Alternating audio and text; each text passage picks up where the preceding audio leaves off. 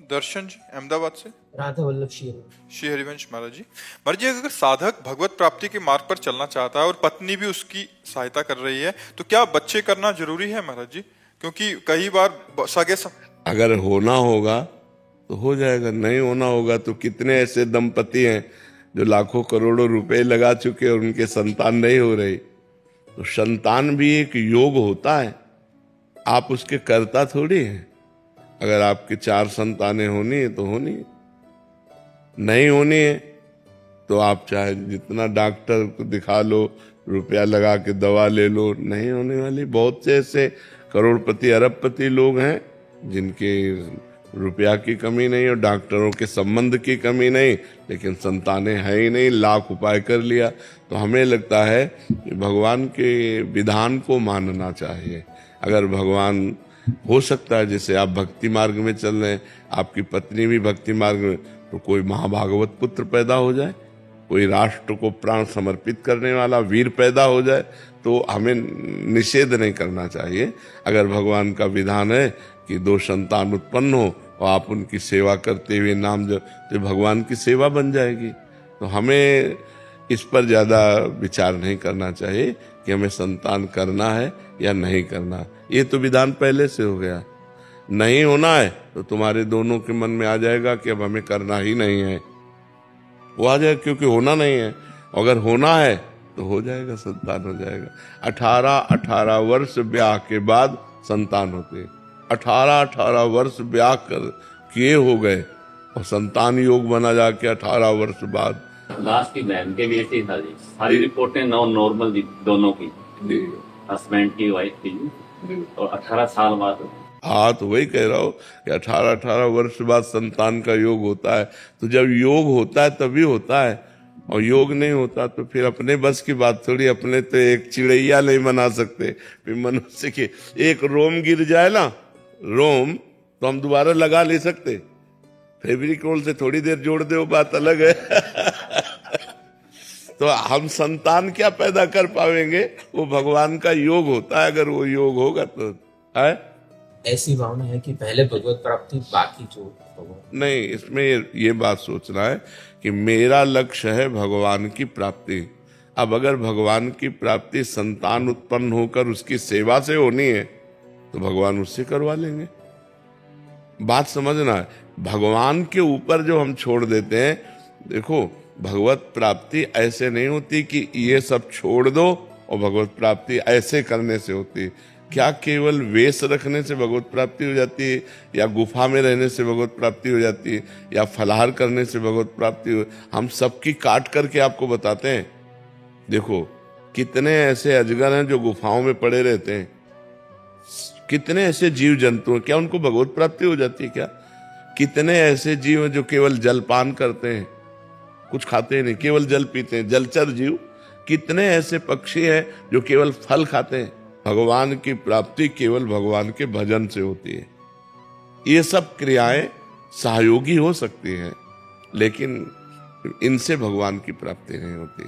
देखो चक्रवर्ती सम्राट महाराज अम्बरीश जी थे, उनकी रानियां थी, पुत्र थे, सब परिवार था। जनक जी थे, परम ज्ञानी महापुरुष थे, जिनके विरक्त शिष्य श्री सुखदेव जी महाराज शिष्य बने। वो गृहस्थ में रहते हुए जनक जी कितने बड़े महापुरुष हुए। तो हमें लगता है कि हमें इस भगवान से प्रार्थना करनी चाहिए कि आप जिसमें खुश हो वही आचरण मेरे से हो। अगर संतान उत्पन्न होकर के उसके पालन पोषण में आप खुश हो तो आप ऐसा करवा दो, और अगर नहीं खुश हो तो आप बिल्कुल मत करवाओ। हे नाथ, मेरे जीवन का लक्ष्य है आपकी प्राप्ति। आप जैसे प्राप्त हो जाते हो वो सुगम मार्ग मुझे दे दो। मुझे कुछ पता नहीं कि आप कैसे प्राप्त होते हो, आप जैसे प्राप्त होते हो वैसे मुझे मार्ग दे दो। ये मुझे अच्छा लगता है। जोई जोई प्यारो करे सोई मोहे भावे। अधीश राज सरावत जी मुंबई से। राधे राधा। राधे राधे महाराज जी। महाराज जी जीवन में कई बार हम सही और गलत में अंतर जानने के बाद भी सही मार्ग का चयन नहीं कर पाते। ऐसे में भगवान से किस रूप में सहायता मांगे ताकि हमारी सही मार्ग पर चलने की इच्छा इतनी प्रबल हो जाए कि हम अपने आचरणों और आदतों को बदलाव ला सकें? नाम जप बारी मथे घत होए बरु, शिकताते बरु तेल, बिनु हरि भजन न भवतरिय, या सिद्धांत अपेल। ये अटल निश्चित सिद्धांत है कि आप शास्त्र पढ़ लो, तीर्थयाटन कर लो, और भी अच्छे कर्म कर लो, लेकिन आपकी बुद्धि परम प्रवीण माया से नहीं बच पाएगी। उससे बचने का उपाय भजन है। जब तक भजन जिसके जीवन में नहीं होता तो ज्ञान की बातें करता है, आचरण गिरे हुए ही करता है, वृत्ति उसकी संसार में ही रहती है। और जब हम भजन करते हैं तो हमारी वृत्ति भगवान में रहती है, और जब भगवान का हमारा स्मरण निरंतर चलने लगता है तो बुद्धि इतनी परम प्रवीण हो जाती है कि माया की प्रवीणता को काट करके वो मुक्त हो जाती है। नहीं तो हम कहीं न कहीं भोगों में फंसे हैं, कहीं किसी शरीरों की आसक्ति में फंसे हैं, कोई रुपए की, कोई नशे की, वह पूरे संसार को फंसाए हुए हैं। अगर बच सकता है, बारी मथे घत होए बरु शिकता ते वरु तेल, कह रहे हैं भले असंभव में संभव हो जाए। जैसे बालू पेलने से तेल असंभव है, लेकिन बोले शायद हो जाए। जैसे पानी मथने से घी असंभव है, पर कहते शायद ऐसा हो जाए। लेकिन बिना भजन के इस संसार से नहीं तर सकते। इसलिए भगवान का जो परम प्रिय नाम गुरुदेव ने दिया हो या जो अपने को प्रिय लगता हो, खूब नाम जप करें। नाम जप करें और आचरण जो नहीं करने चाहिए उनसे बचने की चेष्टा करें। बचाएंगे तो भगवान करो सदा तिनके रखवारी, जिम बालक राखे महतारी। जैसे बच्चा गंदी चीज पकड़ना चाहता है, माँ दौड़ के बचा लेती है। ऐसे जो भगवान का भजन करते हैं तो भगवान दौड़ कर उसे बचा लेते हैं।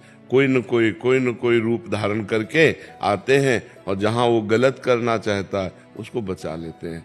भगवान कहते हैं करो सदा तिनके रखवारी। तिनके किनके? जो नाम जप करते हैं, जो भगवान को हृदय से पुकारते हैं पर असमर्थ हो रहे हैं, गंदी बातें उन्हें गिरा रहे हैं। तो जब वो भगवान को पुकारते हैं तो भगवान किसी न किसी रूप में आकर उनकी रक्षा कर लेते हैं और ऐसा बल देते हैं आगे से हमसे वो गलती ना हो। नहीं कोई भगवान को प्राप्त ही न कर पावे, इतनी प्रबल माया है। अगर भगवान कृपा न करे तो कोई भगवान को प्राप्त ही न कर पावे, इतनी प्रबल माया। शिव बिरंच का मोह है को है बपुरान। जब बड़े बड़े भगवत स्वरूपों को मोहित कर ले तो फिर और बेचारा कौन है संसार में। बहुत भगवान की प्रचंड माया है। लाख बार पता है ये गलत है, नहीं करना चाहिए, पर वो करता है। अपने को ज्ञानी समझता है। सब शास्त्रों का ज्ञान है। ये मतलब हम साधारण आदमी की बात नहीं कह रहे, शास्त्रों का ज्ञान है। धर्म से चलने की कोशिश करता है और जानता है गलत है, फिर भी कर बैठता है। इतनी प्रचंड माया है कि मान लो जो जानता नहीं तो भाई मेरे को पता नहीं था, गलती हो गई, लेकिन अपने को गलती करने के पहले अंदर आ रहा है ये गलत है, ऐसा नहीं करना चाहिए, बिल्कुल नहीं करना चाहिए। और वो ये सब अंदर चलते हुए भी वो गलत ही चला जाएगा यदि उसके अंदर भजन नहीं है। और भजन बल है तो फिर नहीं, फिर तो ऐसे हो जाएगा जैसे कोई गंदा खाद्य बमन आदि क्यों खाना चाहेगा, ऐसे वो अधर्म के आचरण नहीं करेगा। अधर्म के आचरणों से ऐसे बचेगा जिसके अंदर भजन चल रहा है, और भजन नहीं चल रहा तो फिर सब बेकार है। इसलिए खूब भजन करो, नाम जप करो, जो भगवान का नाम तुम्हें प्रिय हो, अधिक से अधिक संख्या में करो। चाहे वो आजकल काउंटर चले हैं, माला से, काउंटर से, पर सबसे अच्छी विधि है अंदर चलाना। अंदर उसी का चलता है जिसका पहले अभ्यास हो जाए, और अंदर अंदर भजन होने लगे तो जीवन सार्थक हो गया। शांत बैठा है, कोई माला नहीं, कोई अंदर अंदर भगवान का स्मरण था। पर ये अभ्यास से होता है। अभ्यास के लिए माला, काउंटर आदि की आवश्यकता होती है। ईशु सिंह जी, राधे राधे महाराज जी। महाराज जी, मैं ईमानदारी से जीने, दूसरों की मदद करने और गलत रास्ते पर नहीं चलने का प्रयास कर रहा हूँ, लेकिन मुझे लगातार दर्द, और महाराज जी पूरा कहानी लिखा है इन्होंने, फिर आगे लिखा है मेरी आत्मा अभी थक चुकी है, लेकिन ये सबकी आत्मा फंसी हुई है, तुम्हारी नहीं है। कोई बिरला ही जीवन मुक्त होता है, नहीं सब माया में फंसा हुआ है। और ये जो हमें आज है कि हम बहुत अच्छे आचरण से चलते हैं और हम कोई अधर्म आचरण नहीं करते, फिर भी हमको दुख मिलता है, ये हमारे पूर्व कर्मों का फल है, भोगना पड़ता है। इसीलिए संभाल के कर्म करना चाहिए। कर्म बिना भोगाए नष्ट नहीं होता।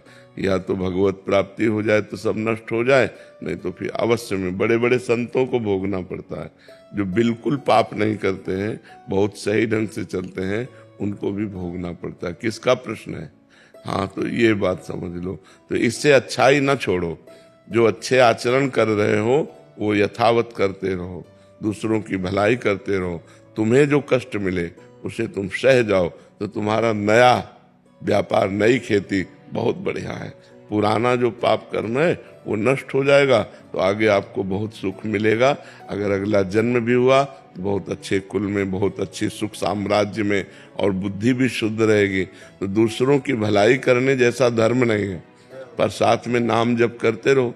नाम जप करते हुए दूसरों की भलाई करते रहो, तुम्हारा मंगल ही होगा, कभी अमंगल नहीं होगा। अगर दुख आ रहा है तो ये हमारे पूर्व कर्मों से आ रहा है। बड़े बड़े संतों को कष्ट भोगना पड़ा है, किसी के कैंसर, किसी के ये, तो पूर्व जन्मों का पाप जो है वो भोगना पड़ा है।